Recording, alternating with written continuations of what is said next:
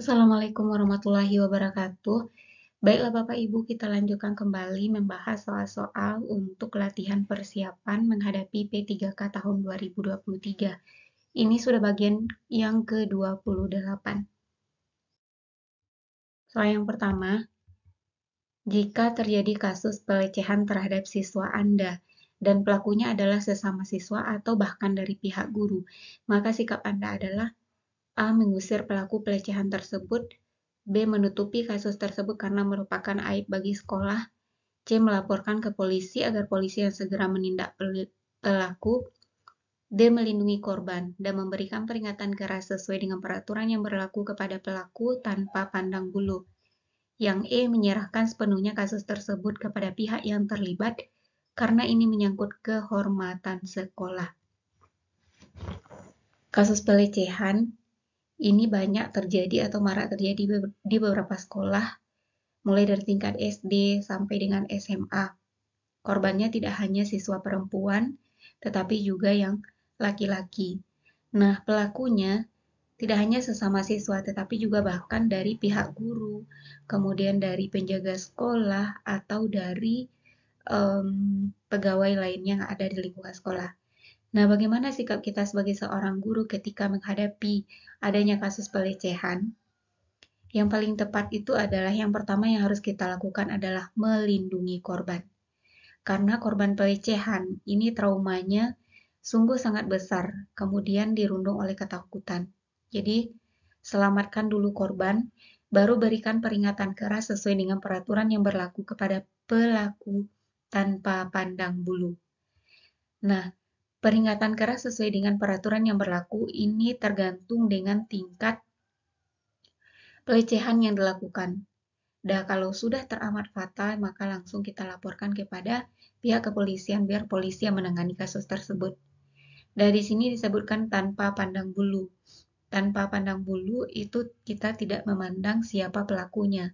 Jadi siapapun yang melakukan, baik itu kepala sekolah, guru, atau siswa sendiri, yaitu harus ditindak tegas. Kemudian kadangkala pihak sekolah yaitu menutupi kasus tersebut karena merasa aib bagi sekolah yang akan mencoreng nama baik sekolah. Nah, ini yang harus dihindari, menutupi kasus tersebut. Jadi yang tepat itu adalah D.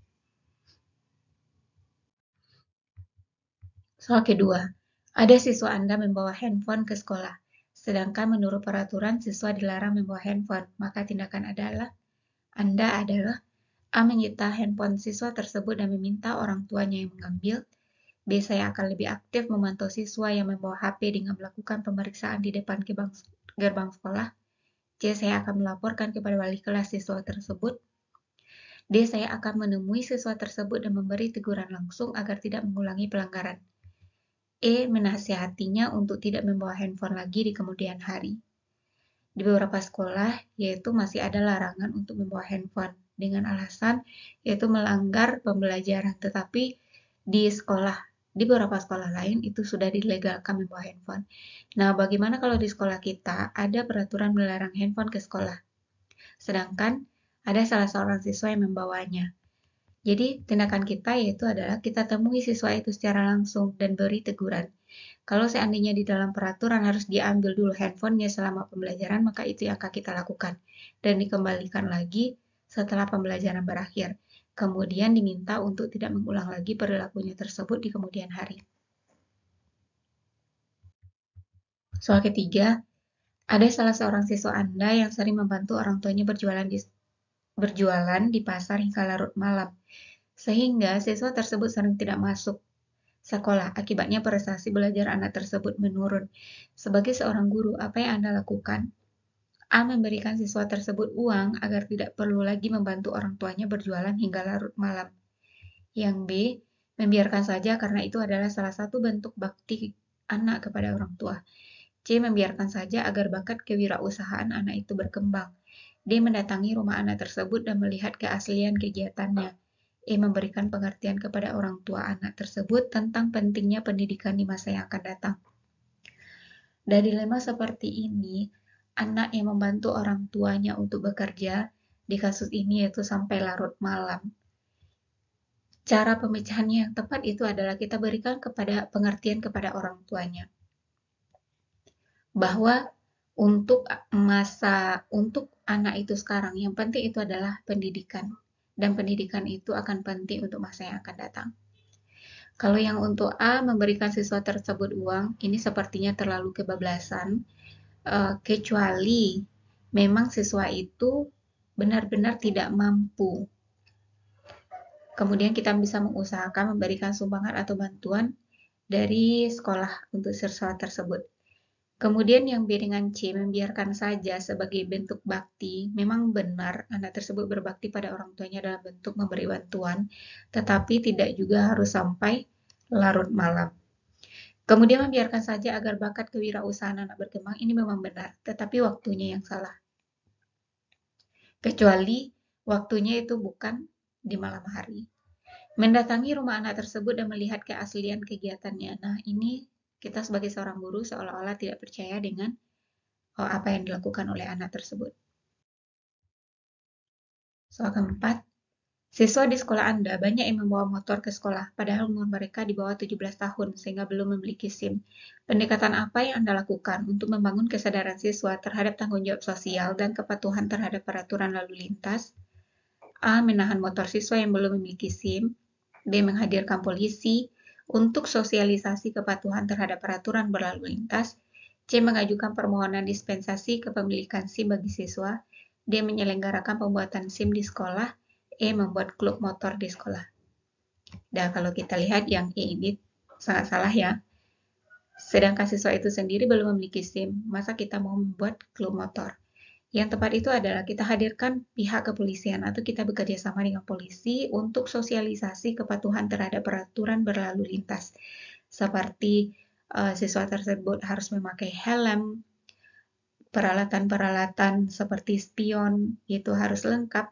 Kemudian bagaimana caranya mematuhi peraturan lalu lintas untuk menghindari terjadinya kecelakaan. Jadi yang tepat itu adalah B. Soal kelima, ada siswa Anda yang sering mengganggu temannya di kelas. Setelah diselidiki, sepertinya siswa tersebut menunjukkan gejala mencari perhatian. Maka sikap Anda adalah A. Menyerahkan siswa tersebut kepada guru BK agar ditindaklanjuti. B. Mentoleransi sikap siswa tersebut karena sesuai dengan tahap perkembangannya. C. Menempatkan diri sebagai teman agar bisa memberi perhatian. D. Mengkonsultasikan masalah tersebut kepada wakil kesiswaan. E. Menempatkan diri sebagai guru yang peduli dan perhatian terhadap masalah siswa.